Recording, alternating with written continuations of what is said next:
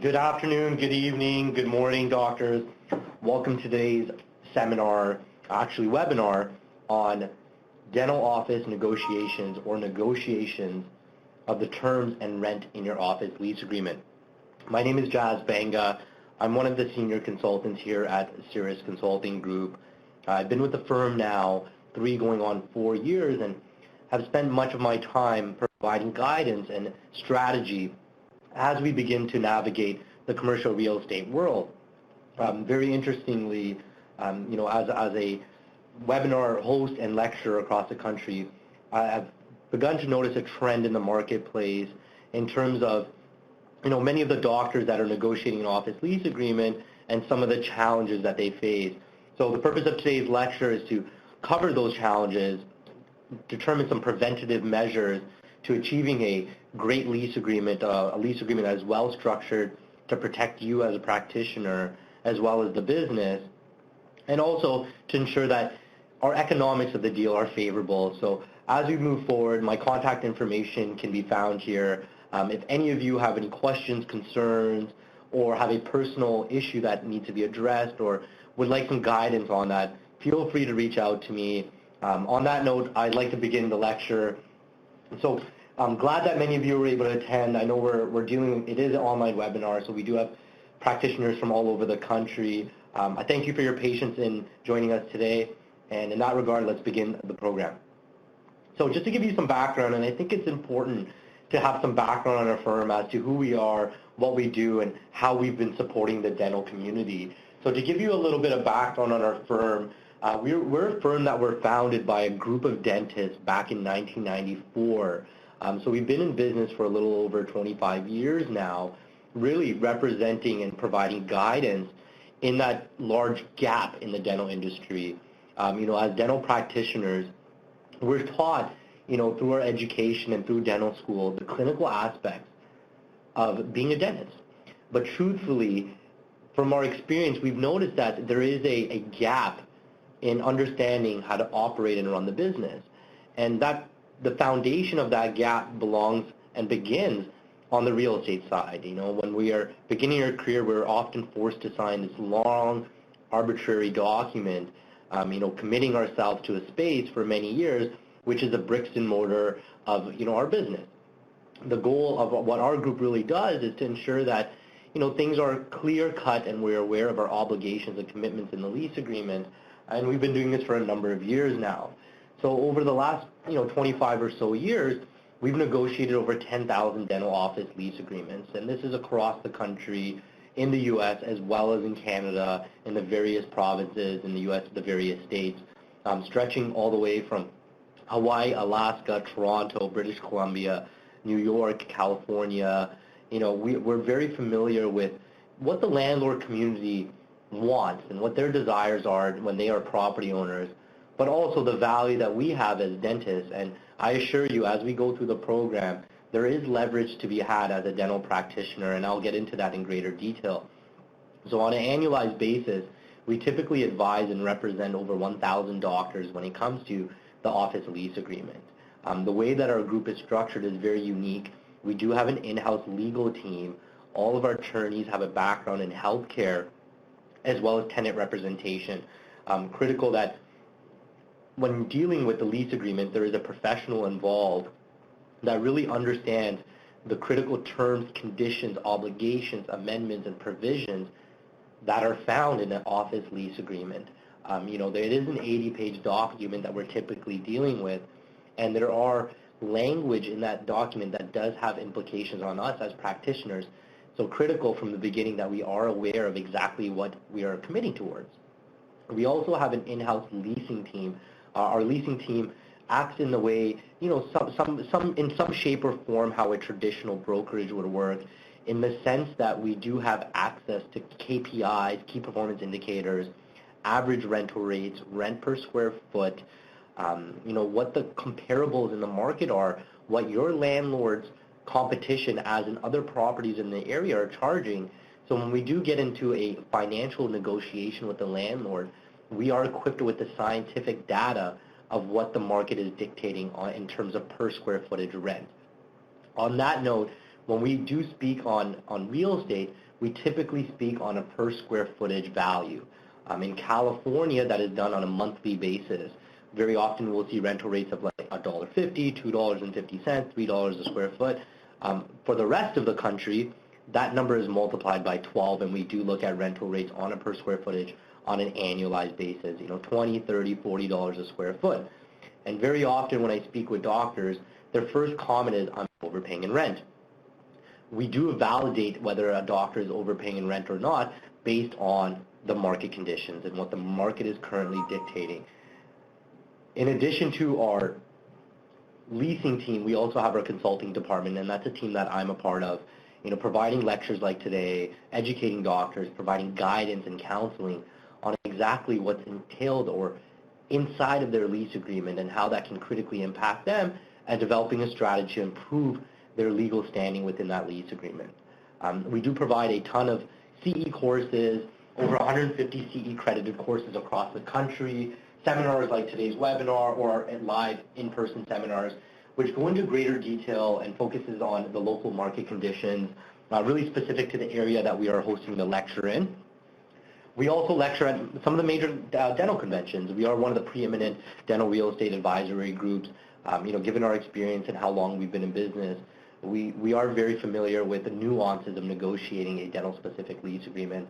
You may have ran into us at the Greater New York, the Pacific Dental, Yankee Dental, California Dental, the Hinman Show. We'll actually be at the American Dental Association this Friday and Saturday in Atlanta, Georgia. If you do see one of our Cirrus members there, please do pop by and say hi. And again, we do work with dentists nationwide, actually North American-wide, so we are very familiar with the U.S. market as well as the Canadian market. So that gives a little bit of background of who we are, what we do, and exactly how we advise and represent the dental community. The core focus of our group when we get involved in a deal is to ensure that the lease is properly structured, that we're mitigating our liability and risk exposures, that we're properly equipped to eventually sell the business, and then also that the rental rates are fair and in line with the market.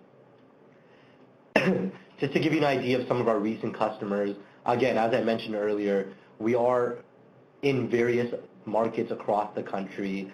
You may recognize some of your colleagues here, but this is just a snapshot. I had my admin pull up a snapshot of our recent clients in the last 120 days that we've closed. So you can see here we do have a great stretch and reach out in the marketplace across the U.S. and very, very informed of the local issues and concerns and very sensitive to the local markets wherever you are. Having a conversation with a doctor or a landlord in Manhattan is very different than having a conversation in a smaller market like Tallahassee, Florida, or some of the local markets or smaller markets in the Texas marketplace.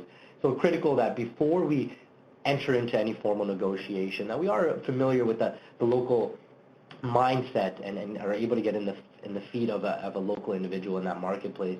Because every conversation with every different landlord is a very different conversation, even though the goal is the same, and that is to achieve a well-structured lease agreement that is predictable and that provides security for you as a tenant in someone else's property.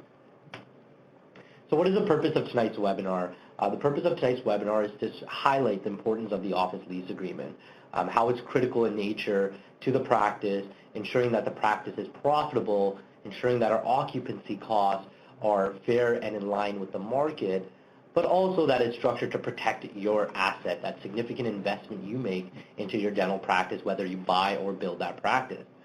We'll also cover off some key terms and conditions within your office lease agreement. That's actually my favorite part of today's seminar and webinar.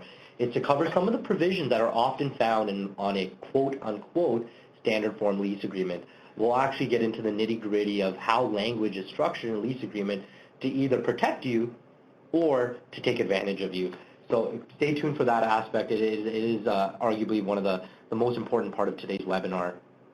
And then I'll also provide you some practical advice on how to negotiate the lease agreement, how to structure that lease agreement, areas of the lease agreement that are critical to you as a dental practitioner, and key items that will help you retain your business, grow your business, and ensure that we do have stability from the foundation, which is the real estate. So the first question I'd like to pose to everyone today on the webinar, I know it is a one-way conversation, But in that regard, I'd like you to all just think in your mind, what is the first word that comes to your mind when I ask, what is a lease agreement? And when I ask this question when I'm lecturing across the country, I very often get very different answers depending on where I am. And a lot of the time I get the answer of, it is a legal agreement between two parties, it is a tenancy agreement, it is the obligations and commitments. But at its core, the lease agreement is one fundamental thing. It is a check. It is arguably one of the biggest checks that you will write in your entire life. And I'd like to reiterate that. It is arguably the biggest check that you will ever write in your entire life.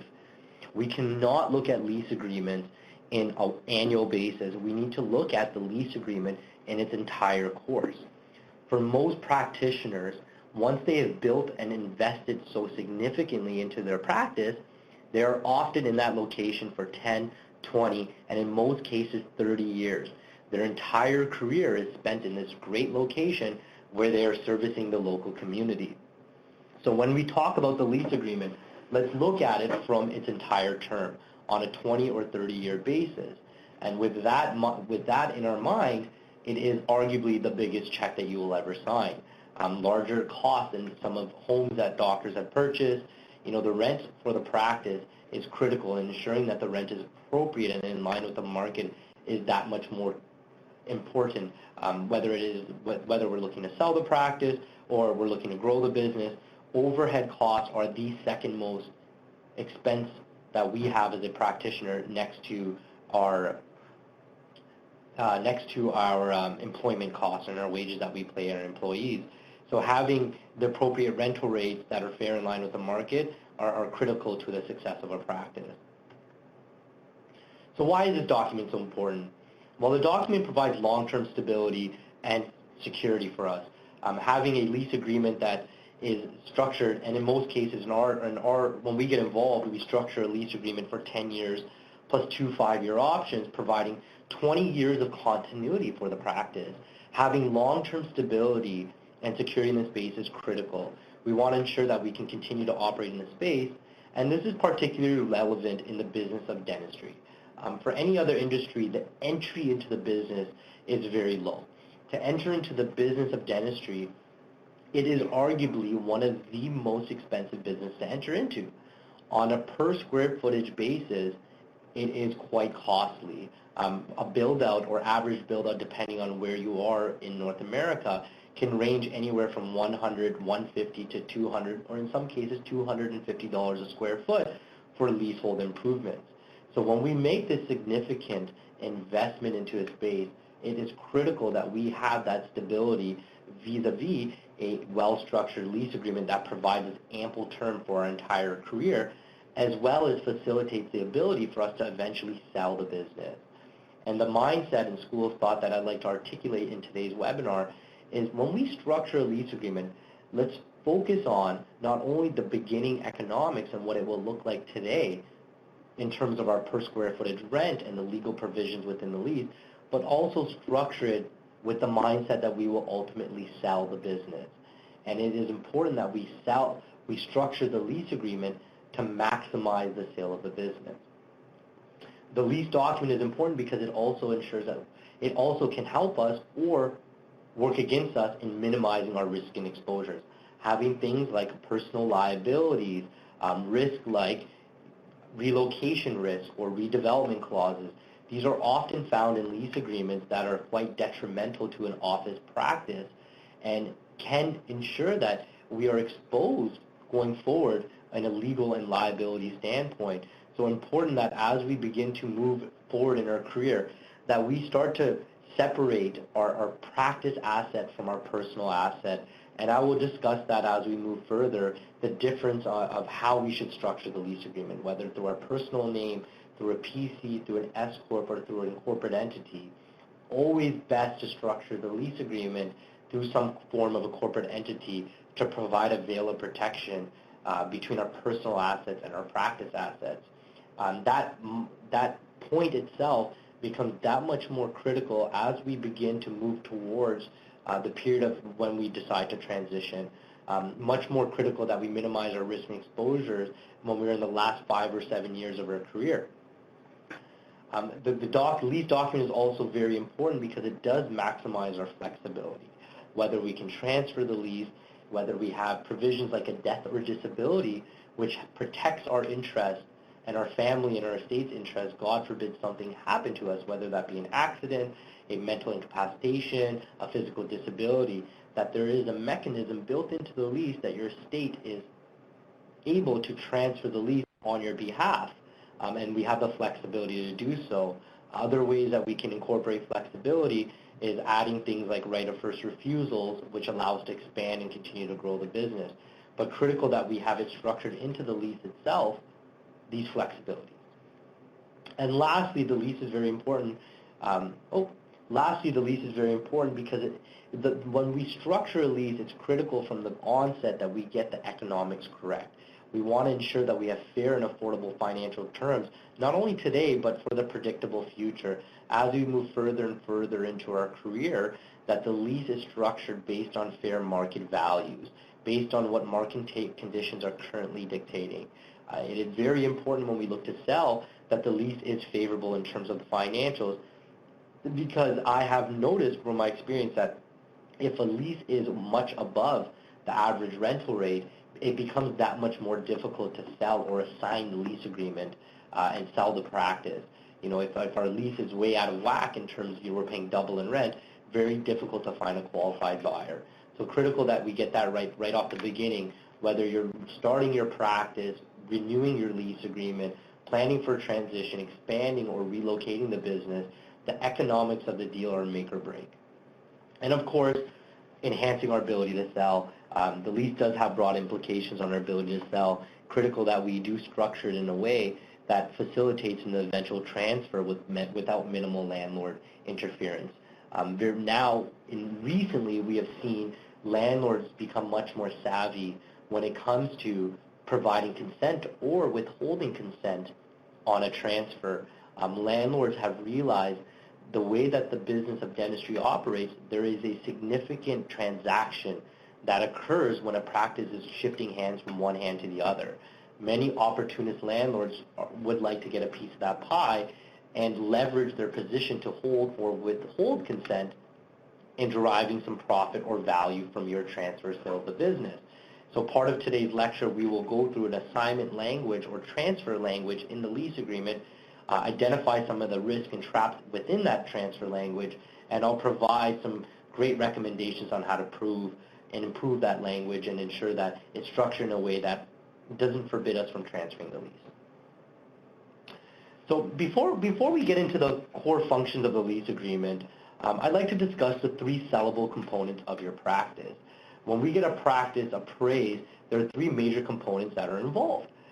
Again, this is not to scale, each piece of the pie fluctuates very differently, but there are 3 major considerations to take into value when we just determine the overall appraised value of the business. The first thing that gets appraised is the goodwill, and that is how much money do each patient derive for us as a practitioner on an annual basis? How much revenue are we deriving from that patient? And will that revenue continue to persist as we move forward? With most practices, it's critical that we do have some new patient acquisition into the practice, but also patient retention. When we get the practice appraised, a large valuation is based on the actual goodwill. How much production do we derive on an annual basis, and how often are patients coming back to the office for new procedures or reoccurring procedures? When a practice gets appraised, the second factor that does go into that valuation is the equipment. And when I discuss equipment, I'm talking about the depreciated value of our equipment. What is the status of our equipment? Are we digital? Are we paperless? Are there digital x-rays? Do we have a CAD scan? As you begin to transition, for those doctors that are beginning to entertain the eventual transition, I do encourage you in the last 5 to 10 years of your lease agreement or your career plan to invest into new equipment and technology. as a associate, most associates are looking to acquire practices that are turnkey, that have all the great equipment built into the space, and you do, as a selling doctor, recuperate the value of that investment you have made into new equipment. It does factor quite significantly into the appraised value of the business, and of course having newer equipment and supplies and the build out of the practice being, a great looking practice does increase the overall valuation of the business. So important that we do have, well-established equipment, but it also does factor into the valuation. And the last, and arguably the most important part in that valuation, is the lease agreement itself. Whether the lease is transferable, is the deal favorable in terms of financials, are there liabilities or risk and traps built into the lease that will be a barrier in our ability to sell the business. So the goal of today is to ensure that we do maximize on the appraised value of the business. And that can be done in 2 or 3 critical ways, the most important being the lease agreement. So what's in your lease agreement? The first provision I'd like to discuss is the option to renew. For most doctors, as I mentioned, there typically is a structure of a 10-year initial term with 2 5-year options. So as discussed, this will be the 2 5-year options. We're in year 8 or 9 of the lease agreement, and we're looking to express the option. So I'll give each of you a moment to review this provision, and I do encourage you all to read it and identify or just highlight in your mind what may potentially be of a risk here for you if you did have this type of language in your lease agreement.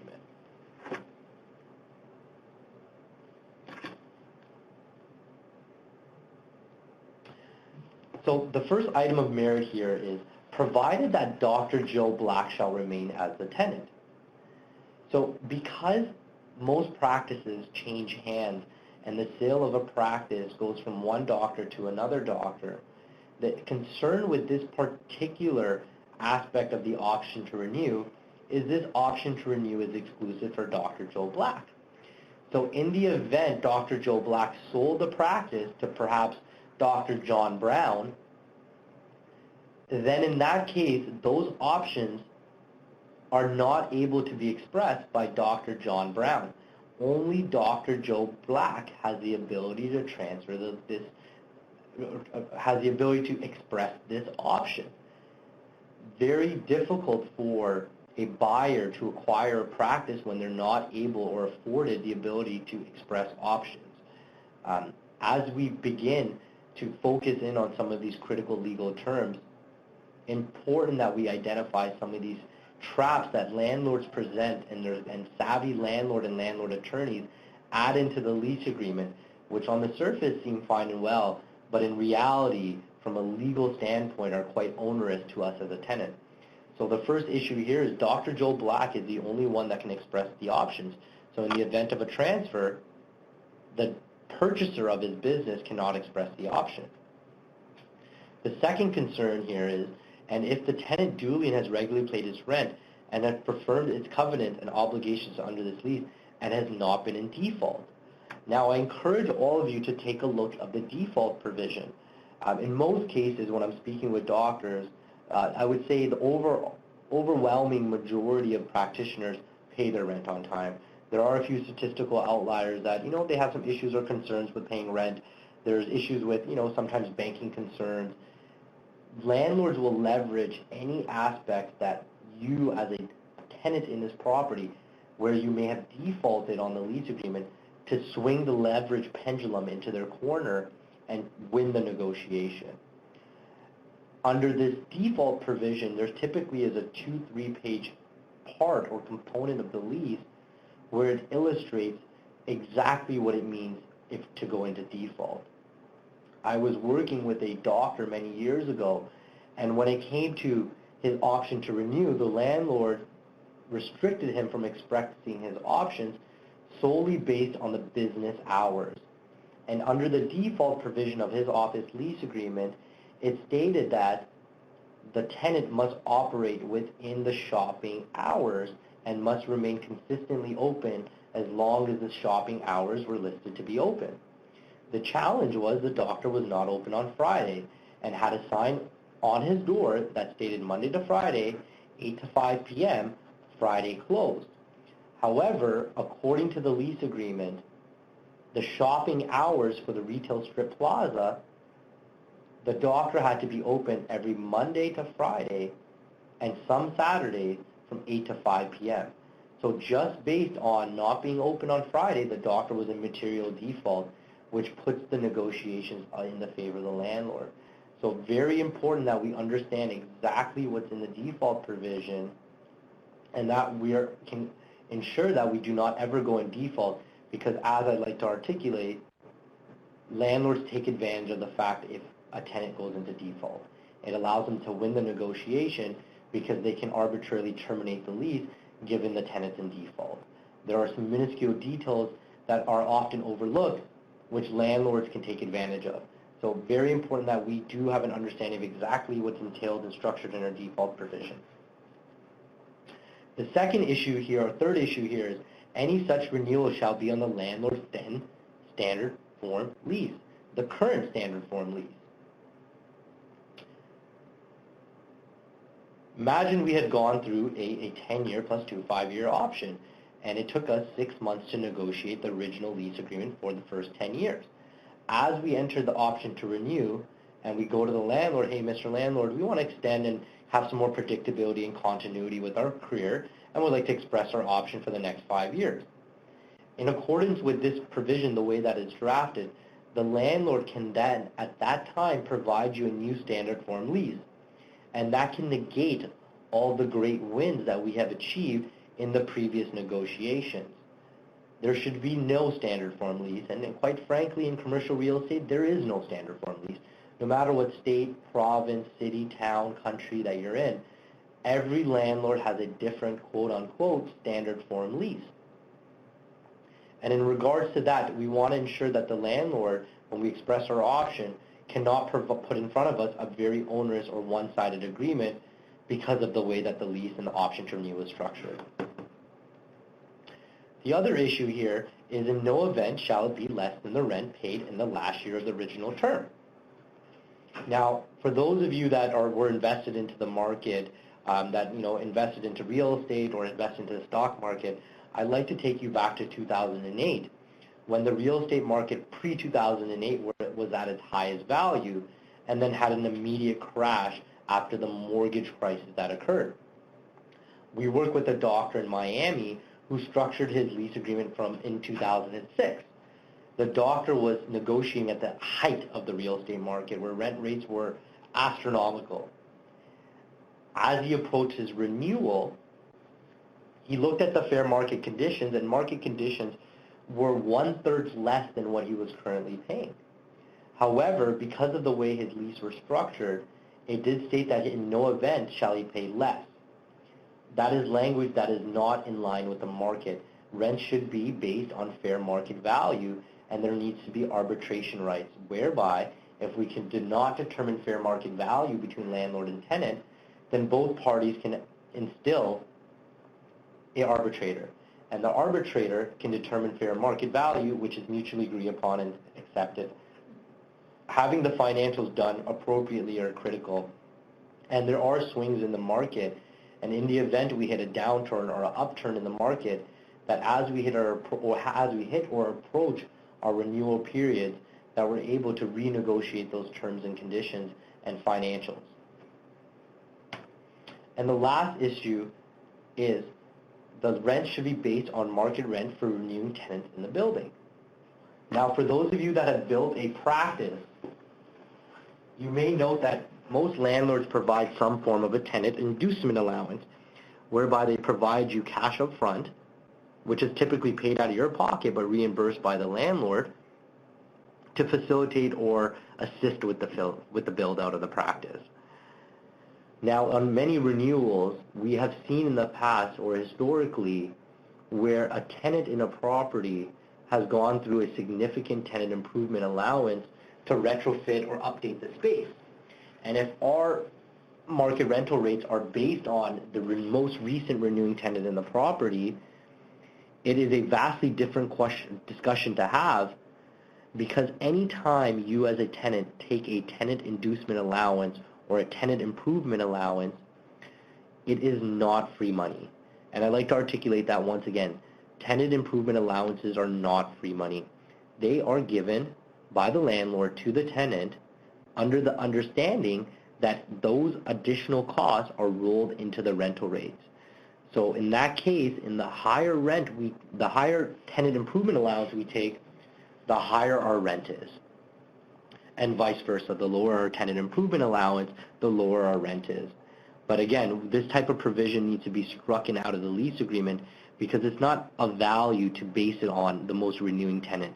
There are way too many variables which may put our rent, skyrocket 5 to 10% simply on the fact that the renewing tenant, has a significant rent rate or is taking on an inducement allowance which increases their rent rate. So I'm glad all of us got to go through the option to renew. Again, this is found in 90% of office lease agreements.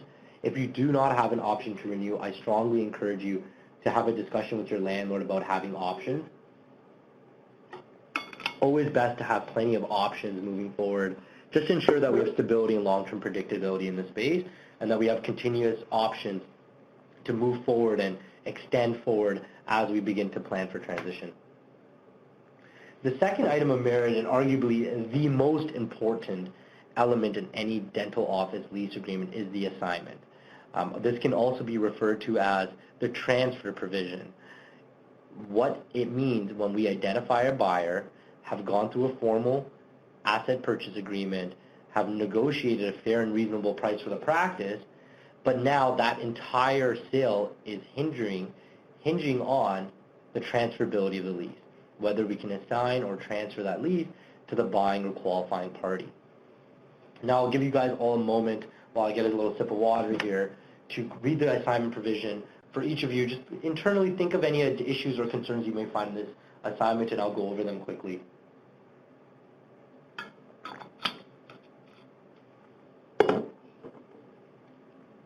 So the assignment provision is found in 75% of dental office lease agreements. And again, the first issue here, it states, if the tenant should wish to assign or sublet the lease premises, it shall first have received the consent of the landlord. So even though the landlord will continue to get this great rent check from a future buyer, we still need to go to Mr. Landlord and receive consent. In this circumstance, it does not state whether the landlord can reasonably or unreasonably withhold their consent. It simply states that the landlord has a right to provide consent or withhold consent. Not a fan of leaving the ball in the landlord court. Some savvy and opportunistic landlords will levy their consent to derive some value from the sale. Again, whether it's to increase the rent rates or derive a percentage of proceeds of sale. The second item of merit is the landlord, simply by requesting a transfer, and again, this is found in 75% of dental office lease agreements, and if there's any part of the lease agreement I encourage each and every one of you to read, is the assignment language, because the assignment language will have broad implications on our ability to sell the business. And the last thing we ever want to see is when we're 65, 70 years old and we're ready to sell the business, that the landlord withholds its consent and we have to continue to operate the business or fear losing the sale of our business. So once we request consent from the landlord has the option to either terminate the lease or to revise the minimum rent to be paid during the remainder of the term to the greater of the then current market rent rate for the premises or 15% greater than the rent. So immediately the landlord has the right to terminate. They can simply say, great, you've been a great tenant, it looks like you want to sell your business and transfer the lease. However, I'm going to withhold my consent and I'm actually going to terminate your lease agreement. I was speaking with a client yesterday where he did express his option to assign the lease agreement, and the landlord cold-bloodedly ignored that request and stated, look, doctor, I'm going to ignore your request and actually provide you a termination right. You let me know if you want to continue to press with the assignment. I don't know who this new buyer is. I have a great relationship with you as a clinician, the practitioner and clinician. So in that case, I don't want another doctor in the space, so I'm going to withhold my consent. Now in this case, what we'll see is landlords providing consent. However, consent is only done on the basis that rent goes up. Again, being very opportunistic and ensuring that their revenue stream as a landlord is predictable and continue to grow. landlords have two jobs: negotiate leases and negotiate the rent on those spaces. Our job as professional negotiators is to balance the playing field and ensure that the lease is properly structured, not only from a legal but a financial perspective, and to ensure that rents are in line with market with arbitration rights. And the major concern, and I would say this is found in about 95% of lease agreements, and essentially what it states is, notwithstanding the landlord's consent to any assignment or subletting, the tenant shall not be released from its obligations under the lease and shall remain liable for any failure of the tenant or its assignees or subtenants to observe each and every covenant. So what does that mean beneath the legal jargon? Essentially, what that states is, even after we sold the business, we still can continue to remain liable with the space.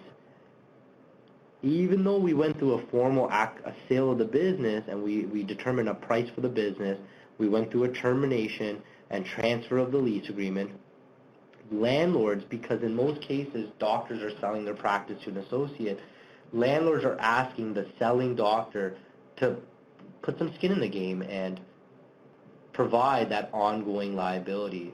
Not a big fan of that. In most cases, when we get involved in a deal where there is this ongoing liability, again, found in 75% of office lease agreements, our suggestion is, ideally, let's remove this continuous liability altogether. And if the landlord's unwilling to waiver on the complete abolishment of that ongoing guarantee, then in that case, we would have various step-downs, capping that ongoing liability to a set period of time, or having it phase out over a certain period of time, whereby our liability by after year 5 has been completely absolved. But very important that we are aware whether we have ongoing liability upon transfer or sale, because the last thing we want to do is be on the hook for another tenant which we no longer have any operations in their business. So moving forward, again, assignment is critical. I do encourage all of you to take a look at your assignment language. Very important from a legal and structuring standpoint that we have a clear-cut assignment path and that we're able to transfer the lease when we so choose to retire and hang up our dental coat. What are other important aspects of the dental lease agreement? We were only able to cover two major provisions today, the option to renew and the assignment provision. But there are a number of other concerns or elements in the office lease agreement, one being assignment, demolition, whereby the landlord can provide you a notice in the event they want to redevelop the property. We're seeing this far more in markets like Vancouver, California, San Francisco, Manhattan, some of the large real estate epicenters across the country. We're seeing landlords incorporate a demolition or redevelopment clause in the lease, which really puts our practice in jeopardy. Again, it's important that we are aware of exactly what we're signing into, and having things like a demolition clause does impact practice valuation, but also is a monkey on our shoulder in the sense that it provides no predictability in terms of continuity in the space. Most relocation rights are about 30 days notice, and we all know it's very difficult to even build a dental practice in 6 months. It typically takes anywhere from 1 year to 1.5 years from idea conception to reality and opening the doors and operating on patients. Relocation rights, critical that we do not have relocation rights. Given the cost and sensitivity to building out a dental practice, it's very time consuming, very expensive, and having a relocation right can be very costly for us as a tenant in a property. I recently worked with a client in New York City where the landlord did relocate him in their building. The landlord decided to move him to the basement floor level, did not pay for the retrofitting or rebuild out of the space.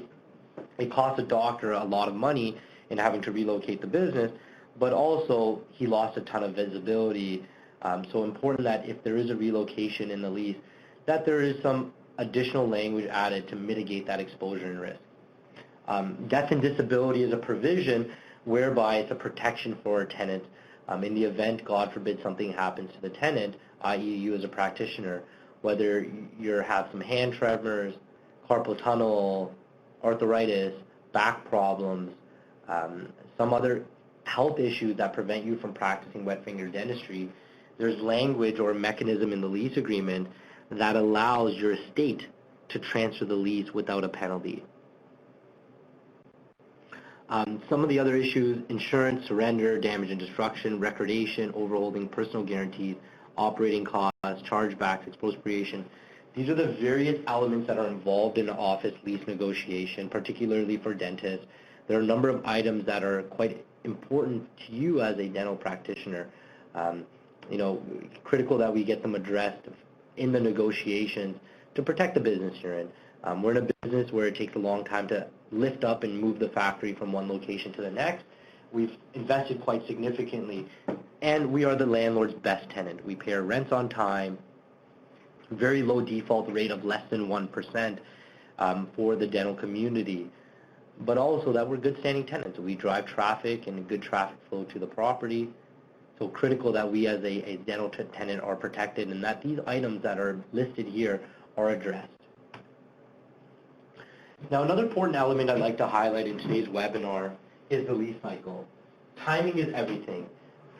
From a lease negotiation standpoint, starting the process early is very important. We recommend internally to begin the renegotiation process 24 months before expiration. The reason why is if, for example, there are things like demolition rights or the rent is way above market and the landlord's unwilling to negotiate or make some of these important changes that affect our career, then in order for us to relocate the business, we need anywhere from a year, year and a half, in addition to negotiating with your current tenant. And very often, we see landlords worry that their tenant is going to move and pick up their factory, and their best tenant willing to move down the street to a competitor of that landlord. Landlords do come to the table and negotiate. However, we do want time on our side because it does help and aid us in our negotiations and in our stance. So for those of you, please do note down your expiration date. It is a critical date in your office lease agreement. Not only is the commencement date when we started the lease, but the expiration date as well as the OTR, the option to renew deadline. In most cases, there's a period of 30, 60, 90, 120, or 270 days whereby we need to notify the landlord of our condition or of our ability to stay in the space or extend the lease agreement. So in that case, let's ensure that we are aware of those critical dates and not get past the option to renew deadline. Once we pass the option to renew deadline, those options from a legal standpoint become null and void. You miss the deadline, you're no longer allowed to extend. So it's very important that we begin the process early and that we're addressing the landlord accordingly. So how do we plan for the right treatment plan? How do we win this negotiation? We talked a lot about some of the issues or concerns that are often found in a dental office lease agreement, but the main question is, how do we win this battle? How do we take us as positioned as a tenant in a property, take it to the landlord, and actually win the conversation? So the first thing to do is gather all documentation. Before we do anything, we want to ensure that we have all of our research and that we're conducting our due diligence appropriately, that we gather all information pertaining to the office lease agreement. Any extensions, addendums, amendments, riders, schedules, the original lease agreement, that we collect and gather all those documents and begin to prep and analyze those documents. The second step is to identify your career and practice goals. How long do you plan on practicing? Is the plan to open up multiple practices? Are we looking to expand or relocate the business?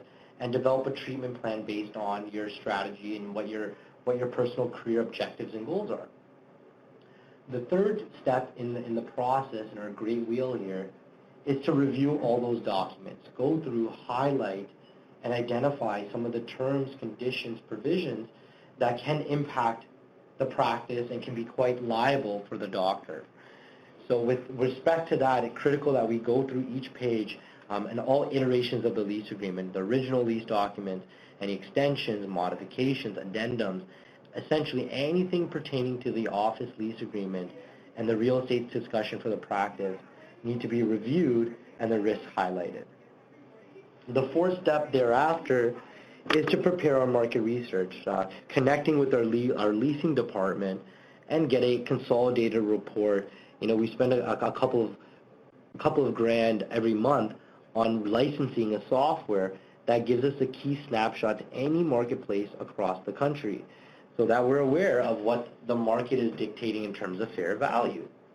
Once we've completed our market research, at that point we would develop an outcome and strategy plan. How can we achieve the results we want? What is the plans going forward? And how can we win the negotiations? Now, once we have determined a fair and reasonable strategy for the negotiations, at that point and no point earlier do we pick up the phone and call the landlord. We've gone through 5 steps, and the one thing we haven't done is picked up the phone. In any negotiation, knowledge is power. The more information we have, the better conditioned we are to win the negotiation. So once we have prepared our strategy, developed, reviewed the lease agreement, gone through the economics of the deal, at that point we would pick up the phone and connect with the landlord. And the first conversation piece that we have with the landlord is on an important part they care about, which is rent. Rent and term. How long do we plan on being in the space? What are the terms and conditions that we're going in the space? But more importantly, how much are we paying in rent? What is the base rental rate structured at? Because that's what truly landlords care about. What is our revenue stream? For how long? And can I continue to relax on the beach while my tenants are paying for the property? Now, with that being said, important that we get the economics done appropriately at the right point in time, beginning early, drawing out the negotiations to get the best deal possible. But having the economics structured right off the bat is like dangling a carrot in front of the horse. The landlord is aware that they have this significant investment in terms of guaranteed rent and a revenue stream for the next couple of years. And on our end, our cash flow and our operational costs and occupancy costs are highly hinged on the rent rates that are negotiated at the beginning of the term. So let's get the rent rates right from the beginning. The 7th step in the negotiation process wheel is to negotiate the lease agreement. Negotiate those critical legal items that, some of which I've touched base on, but there's, typically 24 metrics involved in negotiating a well-established lease agreement. And our goal, once we have hammered out the economics, is to ensure that the lease is properly structured to provide you predictability, stability, and confidence in the space. And number 8, after the lease has been negotiated and a final review and multiple iterations have gone between us as the landlord, us as a tenant, and them as a landlord, at that point, our goal is to ensure that the final review of the lease agreement is consistent with the conversations and negotiations that we've had for the last couple of months with the landlord. And many times we've gone through a deal where it's been 6 or 7 months of a negotiation, and the landlord pulls a bait and switch right at the end. So important that as we move forward that we are ensuring that it is consistent. There's consistency between the document we sign and the terms and conditions we negotiated.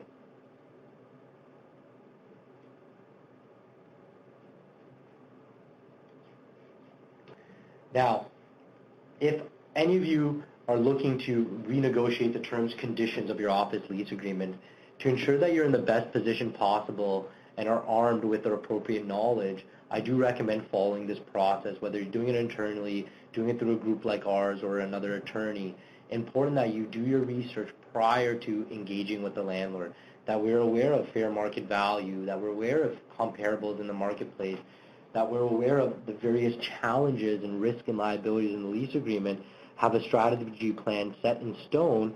That way when we reach the landlord and connect on a formal basis to renegotiate the terms and conditions of your lease agreement, that we're aware of exactly what we're looking to address. Now, as part of today's webinar, we do provide a great service. It is a complimentary service. It typically costs about $1,500, but one of our core sponsors, our good friends at Henry Schein, have sponsored today's webinar and will be covering in completion the cost of the critical dates and risk assessment, essentially the lease review. So we spend about 3 to 4 hours analyzing your lease, going over page by page, word by word, exactly what is structured into your lease agreement, how that impacts you as a practitioner, as also as a family, how it impacts your personal liabilities, your personal assets. We go through the lease agreement page by page and identify the risk and traps. So when we enter into that conversation, part of that discussion is giving you an idea of the local snapshot of the marketplace, providing all of our complimentary lease reviews, those who take advantage of it, with the ability to see what fair market value is, determining what that looks like, but also seeing what other opportunities are in the marketplace in terms of real estate, commercial leasing, or even buildings. Again, I do encourage all of you to take advantage of the service. It's a great service. All we require is a copy of the final executed lease agreement. Once I receive an agreement, I will email you back to confirm that it is in good standing. Look to schedule a call where we'll spend about 45 to 50 minutes going over the lease agreement, determining your vision and plan for the practice, uncovering the traps, uncovering the critical traps that may affect your family, your estate, your practice, your business, and your asset. Also giving you an idea of the mindset of what the ideal lease looks like. And of course, giving you a tactical plan on how to effectively negotiate that lease. There is no obligation to take our team on and retain our group to represent you in the negotiations. The risk critical dates and risk analysis is a complimentary service, courtesy of Henry Schein, to give you an idea of what exactly is in your lease agreement. Ensure that you're protecting yourself and that you're in the right position as you look to renegotiate the terms and conditions of the lease agreement.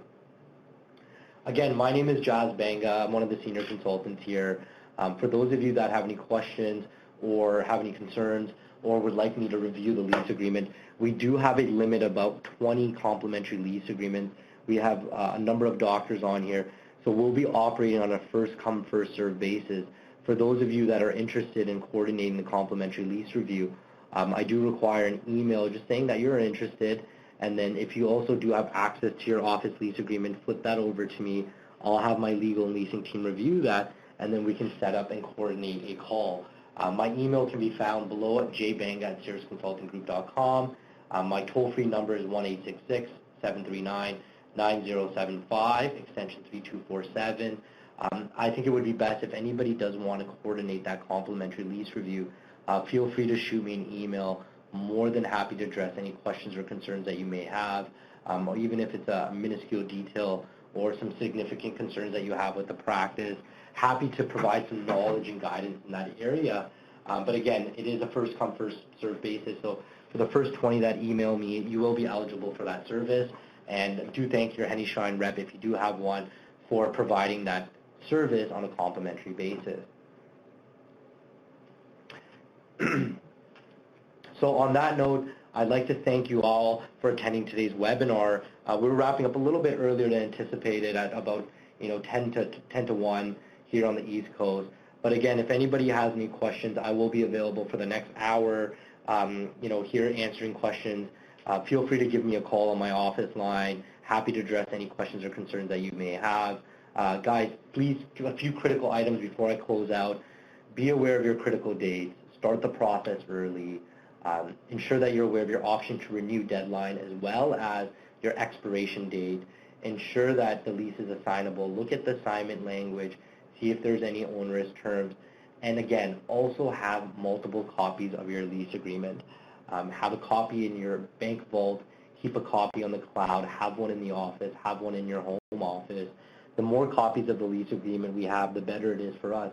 Because anytime we enter into negotiation, the last thing we ever want to do prior to entering into that negotiation is go to the landlord and say, hey, Mr. Landlord, we do not have a copy of the lease. Can you please send us one? Best to begin the process and be prepared and over-prepare.